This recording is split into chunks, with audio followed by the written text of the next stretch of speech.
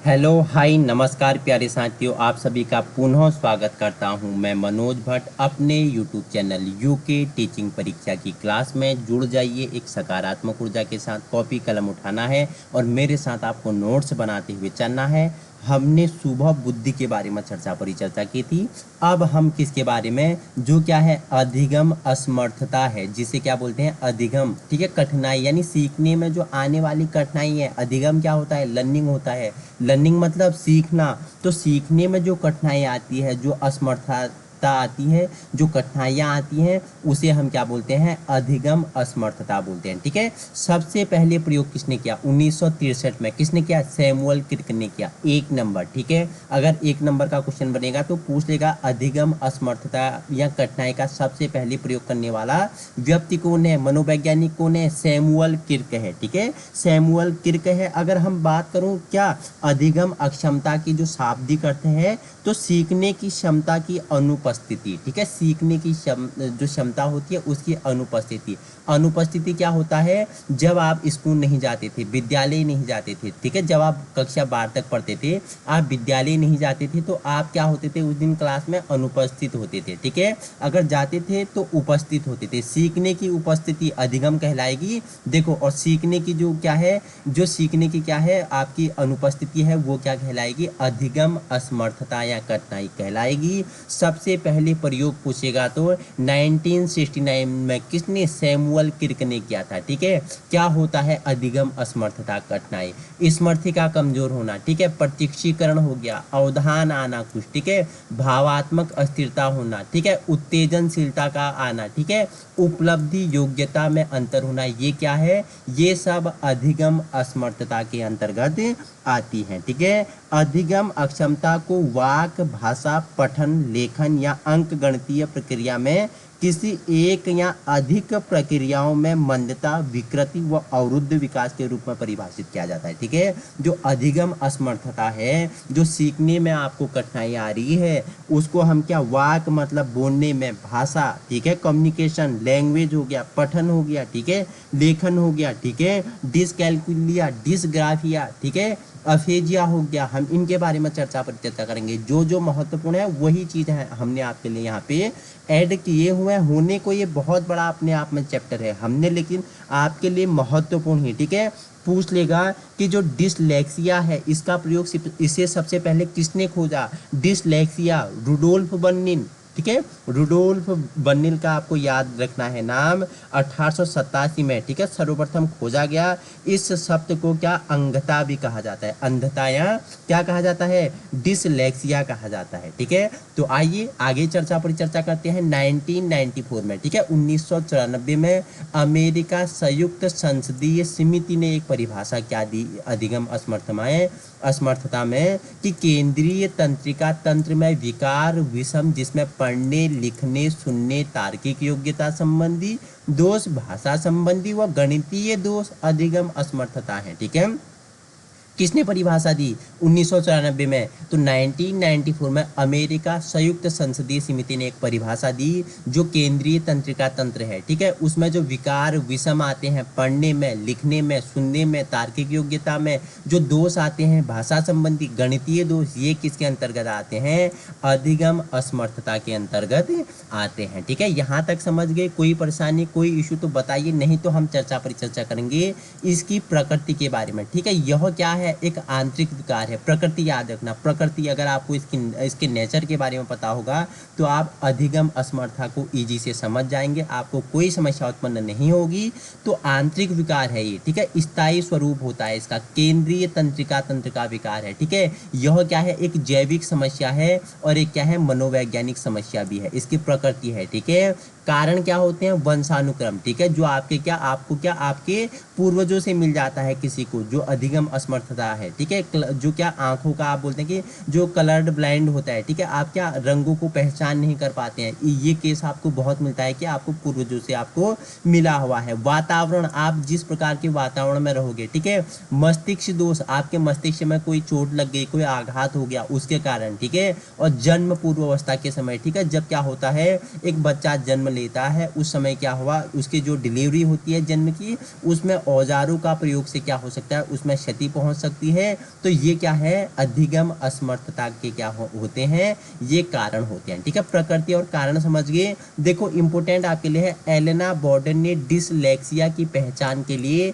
एक टेस्ट बनाया 1973 में। उसका नाम क्या दिया, board test of reading spelling pattern कहा। ठीक है, आपसे पूछेगा कि निम्नलिखित में से board test of reading spelling pattern की किसके द्वारा लाया गया, तो किसके द्वारा, एलेना बॉर्डर द्वारा लाया गया, जो किससे संबंधित है, जो डिसलेक्सिया की पहचान करता है, 1973 में ये लाया गया। ठीक है, समझ आ गया, कोई परेशानी है तो बताइए। अगर वीडियो पसंद आए तो उन साथियों तक पहुंचाने की कोशिश करें जहां संसाधनों के अभाव हैं। बाकी सपना आपका साकार हम करेंगे, इच्छा, मेहनत, दृढ़ शक्ति, संघर्ष आपका होगा, मार्गदर्शन आपका अपने YouTube चैनल, मेरा नहीं, आपका अपने YouTube चैनल है, आपके अनुसार हम आपको तैयारी करा रहे हैं। ठीक है, देखो आपको इधर उधर दौड़ने की जरूरत नहीं है, जो आपके लिए इंपॉर्टेंट है, रिवीजन का समय है आपके लिए। ठीक है, 18 अगस्त को आपका एग्जाम होना है, रिवीजन का समय है, तो आपको यूट्यूब की दुनिया में क्या गुमराह नहीं होना है। मैं आपको जितना आपके लिए महत्वपूर्ण मैटर होगा वही मैं आपको YT पे कराने वाला हूँ। ठीक है, तो देखो अधिगम असमर्थता के प्रकार जान लेते हैं। जो अधिगम क्या है, सीखने में जो कठिनाई आती हैं, जो असमर्थता है, इसके प्रकार, इसके टाइपों के बारे में हम परिचर्चा कर लेते हैं। होने के इसके बहुत सारे टाइप हैं। आपने डिसलेक्सिया पढ़ा होगा, एलेक्सिया पढ़ा हो गया, हाइपरलेक्सिया हो गया, डिसग्राफिया हो गया, डिसप्रेक्सिया हो गया, अप्रेक्सिया हो गया और अफेग्रिया हो गया। ठीक है, और क्या क्या होते हैं, डिसकैलकुलिया हो गया, अफेजिया, डिस्फ्रेजिया, ठीक है, और डिसऑर्थोग्राफिया हो गया। ठीक है, ऑडिटरी प्रोसेसिंग डिसऑर्डर हो गया, ऑडिटरिया हो गया, विजुअल परसेप्शंस हो गया। ठीक है, ऑटिज्म हो गया, डिस्पीथीमिया हो गया। ठीक है, ये बहुत सारे, अगर और भी देखें, हेमीप्लेशिया हो गया, एपिलेप्सी हो गया, क्यूटेंशन हो गया, ग्लूकोमा हो गया, लोकोमोटर डिमेशिया हो गया, हाइपरटोनिया हो गया। तो बहुत सारे प्रकार है, हमें इतनी प्रकारों की बात नहीं करनी है, इतना प्रकार एग्जामिनर नहीं पूछता है। जो आपसे पूछेगा उनके बारे में परिचर्चा करेंगे। ठीक है, जो महत्वपूर्ण है, जो आज तक परीक्षाओं में पूछे गए हैं, जिनसे क्वेश्चन बनने हैं, उन्हीं के बारे में हम परिचर्चा करेंगे। तो सबसे पहले इसमें आपका आता है पठन विकृति, जिसे क्या बोलते हैं, डिसलेक्सिया बोलते हैं। जिसे क्या बोलते हैं, डिसलेक्सिया बोलते हैं। ये दो शब्दों से मिलकर बना है, डिस प्लस लेक्सिया। एक शब्द आपका डिस है, एक प्लस आपका लेक्सिया है, जो लैटिन शब्दों से बने हैं। ठीक है, लैटिन शब्दों से बने हैं। क्या होता है, मस्तिष्क के बाईं शंखपाली में विकृति से उत्पन्न दोष है। ठीक है, जो आपका मस्तिष्क है उसके बाईं शंखपाली में जो विकृति उत्पन्न होता है उसे क्या बोलते हैं, डिसलेक्सिया बोलते हैं। डिसलेक्सिया शब्द का प्रयोग सबसे पहले किसने किया था, हमने आपको पहले ही बता दिया था वीडियो के प्रारंभ में। डिसलेक्सिया शब्द का सबसे पहले प्रयोग 1887 में रुडोल्फ बर्निल द्वारा किया गया। किसके द्वारा, इंपॉर्टेंट है, डिसलेक्सिया शब्द का प्रयोग सबसे पहले क्या, किसके द्वारा, रुडोल्फ बर्निल द्वारा। कब किया गया, 1887 में किया गया। तो प्यारे साथियों, डिसलेक्सिया के लक्षण क्या होते हैं, बताओ मुझे। पढ़ने में कठिनाई, डिसलेक्सिया। धारा प्रवाह में कठिनाई, डिसलेक्सिया। वर्णमाला दोष, ठीक है, डिसलेक्सिया। ठीक है, अगर मैं डिसलेक्सिया को डिस्कैक्सिया बोल दूं, ठीक है, मैं हर वीडियो में डिस्कैक्सिया बोल दूं, ये क्या है, ये पढ़ने में क्या है, कठिनाई है। डिसलेक्सिया को डिसलेक्सिया पढ़ना है। ठीक है, डिसलेक्सिया को डिस्कैक्सिया पढ़ दो तो ये क्या है, पढ़ने में कठिनाई है। तो क्या होते हैं, डिसलेक्सिया के ये क्या हुआ, पढ़ने में कठिनाई होगी। ठीक है, धारा प्रवाह में कठिनाई आएगी और वर्णमाला दोष होगा। डब्ल्यू को वो क्या पढ़ेगा, एम पढ़ेगा। ठीक है, ए को वो क्या पढ़ेगा, वी पढ़ेगा और बी को वो क्या पढ़ेगा, डी पढ़ेगा। ठीक है, पढ़ने में वर्ण दोष होगा, वर्णमाला पहचान नहीं कर पाएगा। ठीक है, ए को भी पढ़ता है, डब्ल्यू को एम पढ़ता है, बी को डी पढ़ता है। ये क्या है, ये सभी किसमें, पठन विकृति, जिसे आप क्या बोलते हैं, डिसलेक्सिया बोलते हैं। हस्त कौशल के प्रयोग को लेकर अनिश्चितता की स्थिति पाई जाती है। ठीक है, तो हस्त कौशल, ठीक है, अपने हस्त लेखन मतलब लिख रहे हो, हस्त कौशल मतलब कि आपकी जो हाथों की जो स्किल है। ठीक है, हस्त कौशल में क्या होगा, इसमें अनिश्चितता पाई जाएगी, कमजोर होगा, हस्त कौशल कमजोर होगा, ध्यान केंद्रित नहीं कर पाएगा। ठीक है, समझ गए। डिसलेक्सिया क्या होता है, पढ़ने में कठिनाई, धारा प्रवाह, वर्णमाला दोष। ठीक है, हस्त कौशल में क्या होता है, अनिश्चितता पाई जाती है, कमजोर होती है, ध्यान केंद्रित नहीं होता है। सबसे पहले रुडोल्फ बर्निल ने 1887 में इसका प्रयोग किया था। समझ गए डिसलेक्सिया। अब पढ़ते हैं हम क्या, अब पढ़ेंगे अलेक्सिया। क्या है अलेक्सिया, तो पढ़ने लिखने सीखने की शक्ति लुप्त हो जाती है। अलेक्सिया में क्या हो जाता है, पढ़ने लिखने की शक्ति क्या हो जाती है, लुप्त हो जाती है। किसमें, अलेक्सिया में, ठीक है। और नेक्स्ट आपका क्या है, हाइपरलेक्सिया। इसमें क्या होता है, वाक्यों और शब्दों का अवबोध नहीं कर पाओगे, ठीक है, आप पढ़ नहीं पाओगे उन्हें, ठीक है, वर्ण आपको छोटे बड़े दिखेंगे, ये क्या है, हाइपरलेक्सिया है। हाई मतलब बड़ा, हाई मतलब ऊंचा, तो आप अक्षरों को क्या बड़ा और छोटा पढ़ेंगे, बड़ा और छोटा आपको दिखेगा, ये किसके अंतर्गत आता है, हाइपरलेक्सिया के अंतर्गत आता है, ठीक है। अब आपके लिए आता है लेखन विकृति के अंतर्गत 4 आते हैं। डिसग्राफिया आता है, ग्राफिया मतलब ग्राफ बनाने से, लिखने से संबंधित, ठीक है। अग्रेफिया हो गया, डिस्प्रेक्सिया हो गया, अप्रेक्सिया हो गया, ठीक है। आपसे आज तक एग्जामिनर ने किस लेखन विकृति में आपसे डिसग्राफिया और किसके डिसप्रेक्सिया दोनों से ही क्वेश्चन पूछे हुए हैं, ठीक है। बाकी अब अग्रेफिया और अप्रेक्सिया से नहीं पूछा है। आपके लिए एक और आपके लिए क्या तीसरा महत्वपूर्ण है, उनके बारे में परिचर्चा कर लेते हैं। और एक प्रकार और होता है, उसे बोलते हैं असमबोलिया, ठीक है, असमबोलिया बोलते हैं। ये क्या है, एक लेखन विकृति है, ये आपका आउट ऑफ सिलेबस है, ठीक है। तो डिसग्राफिया क्या होता है, ग्राफ बनाना, मतलब आप लिख नहीं पा रहे हैं, झुक के लिख रहे हैं, लिखने में आपको समस्या उत्पन्न हो रही है, वस्तुओं को पकड़ने में दोष है, पेन पेंसिल नहीं पकड़ पा रहे हैं, अधूरा लिखते हैं, ग्राफ बना, ग्राफ मतलब कि लिखना, डिसग्राफिया मतलब लिखना, तो लिखने संबंधित झुक के लिखते हैं, वस्तुओं को पकड़ने में दोष है, पेन पेंसिल पकड़ने में इश्यू आता है, अधूरा लिखना, ये क्या है, डिसग्राफिया है, ठीक है। अग्रेफिया पूछेगा तो अग्रेफिया क्या है, अग्रेफिया की अगर बात करें तो आंखों और हाथों की गति में क्या समन्वय स्थापित न कर पाना, ये क्या है, अग्रेफिया है, ठीक है। ये क्या है, अग्रेफिया है। अग्रेफिया क्या होता है, आंखों और हाथों का आप क्या कर पाओगे, इनका आप समन्वय नहीं कर पाओगे, इनमें आपको क्या कठिनाई उत्पन्न होगी, यह अग्रेफिया है, ठीक है। अग्रेफिया आप क्या हो जाएगा। आपका तीसरा है डिसप्रेक्सिया, क्या है, शारीरिक कौशल विकृति है, ये क्या है, शरीर से संबंधित क्या है, एक विकृति है, एक कौशल है, एक क्या है, कठिनाई है, जिसमें गति विकृति भी शामिल होती है। चित्रांकन का दोष होता है, लेखन का दोष होता है, ठीक है, आप चित्र नहीं बना पाते हैं, आपका लेखन में दोष होगा, शारीरिक कौशल में विकृति होगी, गति विकृति होगी, ये किसमें, डिसप्रेक्सिया में आएगा, ठीक है। अप्रेक्सिया पूछेगा आपका तो समन्वय स्थापित न कर पाना, ठीक है, समन्वय स्थापित नहीं कर पाओगे, लेखन दोष होगा, चलन दोष होगा, ये किसमें होगा, ये अप्रेक्सिया में होगा, ये किसमें, अप्रेक्सिया में होगा। और तीसरा आपका है इंपोर्टेंट डिसकैलकुलिया, ठीक है, जिसे क्या बोलते हैं, बताओ मुझे, न्यूमिलेक्सिया भी बोलते हैं इसे, ठीक है, डिसकैलकुलिया या न्यूमिलेक्सिया भी बोलते हैं। ये 3 प्रकार का होता है, ठीक है, एक लेक्सिकल होता है, एक ग्राफिकल होता है, एक वर्बल होता है, ठीक है। डिसकैलकुलिया 3 प्रकार का, लेक्सिकल हो गया, ग्राफिकल हो गया, वर्बल हो गया।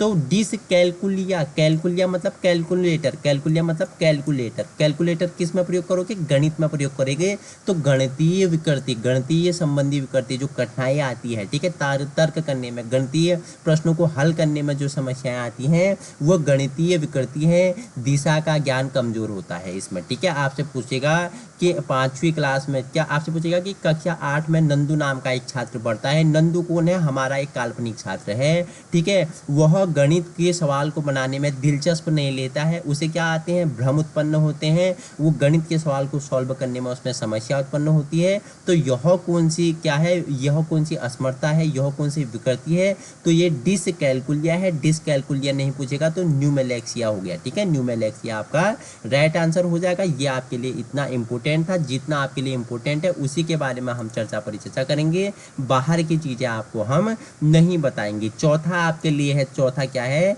संचार भाषा की अगर बात करूं तो इसमें अफेजिया और डिसफेजिया आते हैं, ठीक है, संचार और भाषा में 2 चीजें आती हैं, पहला अफेजिया, दूसरा डिसफेजिया, ठीक है। अफेजिया क्या होता है, मौखिक भाषा ग्रहण व व्यक्त करने में दोष, ठीक है, जो मौखिक भाषा है उसे आप क्या न तो ग्रहण कर पाओगे न तो व्यक्त कर पाओगे, ठीक है। आपको मैंने बोला नंदू उठो और मुझे सुनाओ कि कोई कविता सुनाओ, आपने क्या, आपके सामने मैंने पुस्तक रखी, चमक उठी सन 57 में वह तलवार पुरानी थी, बूंदे ने हर बोलो के मुख, हमने सुनी कहानी थी, खूब लड़ी मर्दानी वो तो झांसी वाली रानी थी, ठीक है। तो वो मौखिक, वो बोल भी नहीं पा रहा है, भाषा को ग्रहण भी नहीं कर पा रहा है और व्यक्त भी नहीं कर पा रहा है, ठीक है, न तो समझ रहा है वो कि मैं क्या बोल रहा हूँ, उसके अर्थ को भी नहीं समझ रहा है और वो उसे व्यक्त भी नहीं कर पा रहा है। कहते हैं एक अच्छा वक्ता बनने के लिए क्या अच्छा श्रोता होना जरूरी है, जितना सुनोगे तभी आप बोल पाओगे। अगर वो ग्रहण नहीं कर पाए तो बोलने में उसमें दोष उत्पन्न होगा, ठीक है। दूसरा आपका डिफेजिया आता है,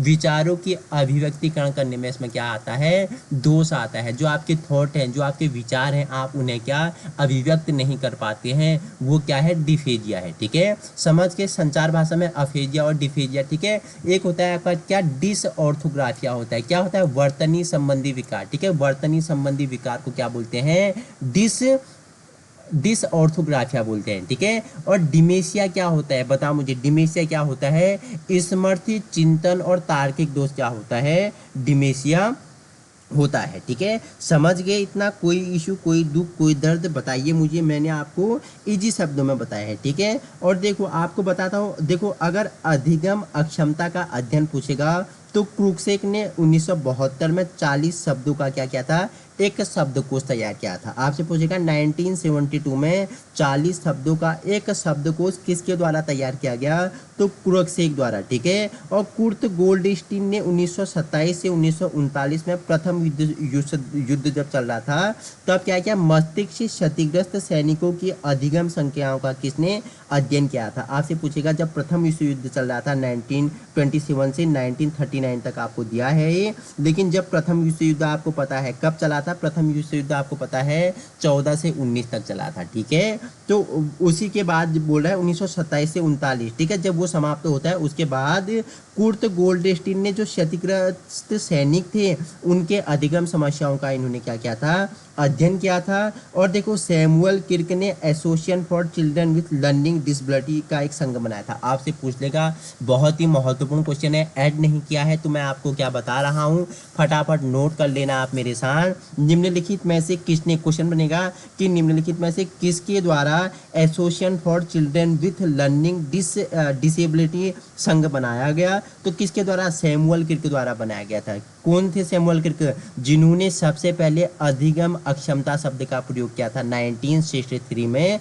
किया था। हमने पहले ही इसके बारे में हमने परिचर्चा कर ली है, ठीक है। तो बताइए अब कोई परेशानी है, इतना आपके लिए इम्पोर्टेंट होने वाला था। बाकी हम अगर बात करूं अधिगम की विधियां हमने आपको पहले बताई हैं, अधिगम वक्र के बारे में हम परिचर्चा करेंगे। अगर चाहोगे तो हम एक वीडियो अधिगम और अधिगम वक्र के बारे में लेके आएंगे, जिसमें हम क्या, हम दोबारा रिवीजन करेंगे, किसके बारे में, थॉर्नडाइक के बारे में, उसके सीखने के नियमों के बारे में, ठीक है।